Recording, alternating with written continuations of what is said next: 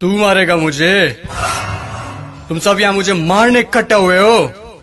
अरे तुम्हारा खुद का कोई ईमान धर्म नहीं है, तुम मारोगे मुझे?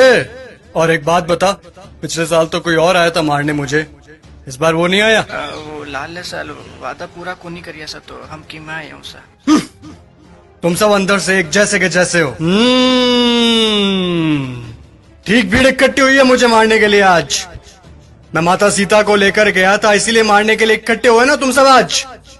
हाँ, मैं मानता हूं मेरी गलती, लेकिन माता सीता को किसी कारागृह में नहीं, सबसे उत्तम वाटिका थी उसमें रखा था मैंने।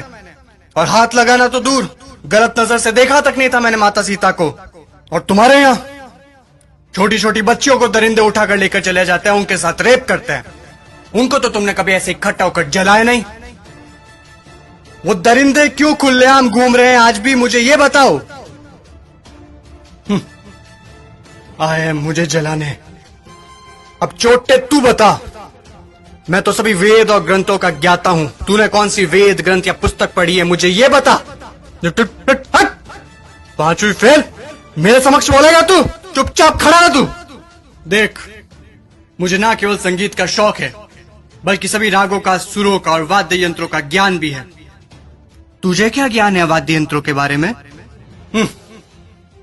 ये मारने आया है मुझे। अब तुम लोग सुनो, मेरे जैसा महादेव का भक्त ना तो कोई हुआ है, ना मेरे जैसा महादेव की भक्ति किसी ने की है। और तुम लोग, तुम्हारा भी कोई जमीर नहीं है। भगवान पलटते समय नहीं लेते तुम। काम हुआ तो ठीक, तो चलो महादेव के पास, हुए तो चलो महादेव के, नहीं हुए तो चलो इस बार बालाजी के चलते हैं। क्या हुआ? गुस्सा आ रहा है मेरे ऊपर? तुम लोग मेरे बारे में क्या सोचते हो मुझे कुछ फर्क नहीं पड़ता, लेकिन एक बात कान खोल के सुन लो, मैं चाहे कैसा भी हूं, लेकिन तुम्हारे इस मंत्री जैसा कदापि नहीं हूं मैं। मेरे राजपाट में जनता प्रसन्न रहती थी, खुश रखता था मैं उन्हें। इसकी तरह पटाखों की चोरी कभी नहीं की मैंने।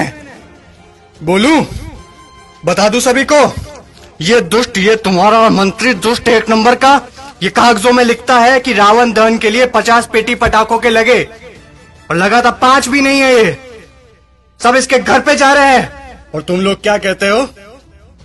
बुराई पर अच्छाई की जीत। कहां हुई, कहां हुई बुराई पर अच्छाई की जीत? जब तक तुम्हारे मन में चोरी, गद्दारी, लालच, वासना, द्वेष, अहंकार जैसी भावनाएं जीवित है, बुराई कैसे मरेगी? बुराई मर ही नहीं सकती। तुम लोग मुझे खत्म करने आए हो ना? अरे मेरा खात्मा तो मेरा अहंकार कभी कर चुका। अब अगर मारना है, जलाना है, तो अपने अंदर छुपे रावण को जलाओ, उसको मारो। सच्चाई और अच्छाई को अपना लो, बुराई अपने आप खत्म हो जाएगी।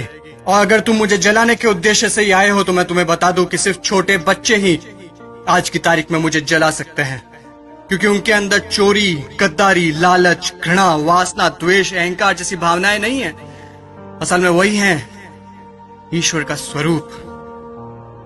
ए लड़के, लगा दे आग, फिर से जला दे। अगले साल फिर आऊंगा मैं जलने के लिए, लेकिन अगले साल मैं देखूंगा कि आप लोगों ने अपने अंदर के रावण जलाए या नहीं। खुश हैं अभी आप सब? एक बार फिर से आपका रावण जल रहा है।